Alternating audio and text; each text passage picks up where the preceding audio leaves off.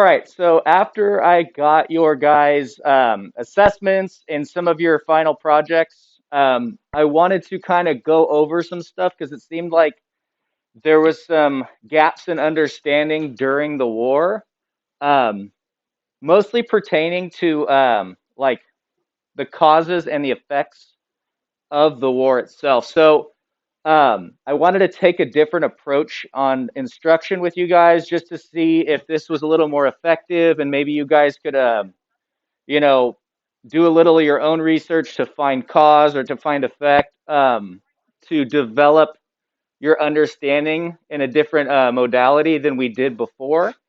So the cause and effects of the Vietnam War, we went through a little bit of some of the protest stuff, and I'm actually going to have you guys do a little assignment with that to develop understanding of the causes of those protests themselves. But first, we're going to go through um, some of the cause and effects in the development of the Vietnam War itself. So if we could go to the next slide. So we're just going to have a few points here. And so in 1954, Vietnam is divided into North and South. The U.S. sends economic aid to South Vietnam. So this is when the French had this as a colony and it's beginning to divide amongst itself because communism is coming into the North from China. And can anybody tell me what part of a theory that is? Yeah, absolutely. Perfect. So that is where we begin to think, we're going to start losing that entire region to communism. So in 1962, there's the Cuban Missile Crisis. We went over that in of our Cold War chapter last couple weeks ago, and we kind of went over that. But what that did is it not only made us have fear at home of communism and how close they can get, but it increased the fear that communism might spread it throughout that territory because it actually had the strength and the will to change people's opinion.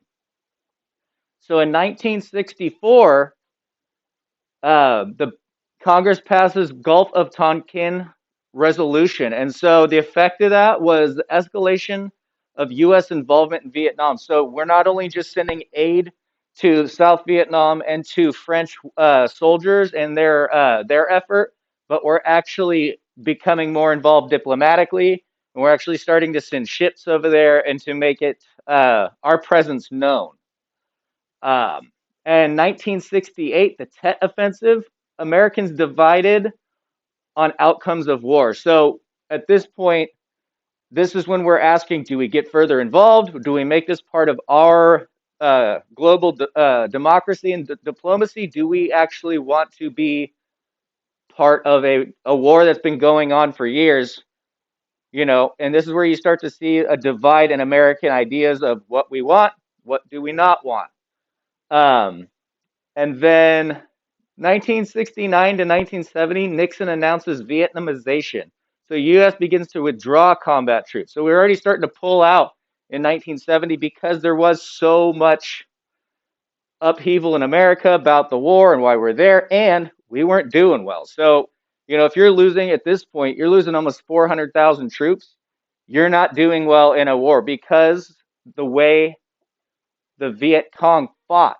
They knew the country, they knew how to live in the jungle. You get a bunch of guys from Iowa and middle parts of America, they don't know how to fight in the jungle. They're getting sick, they're getting injured.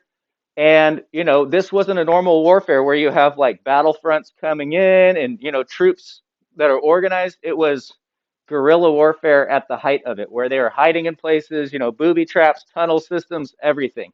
So the Vietnamization is we're actually going to withdraw some troops out of that. And so in 1971, 26th Amendment is ratified, lowering the voting age from 21 to 18. And so we went over that a little bit with some of those protest songs we heard. Some of them talk about lowering the voting age because they were old enough to die for their country.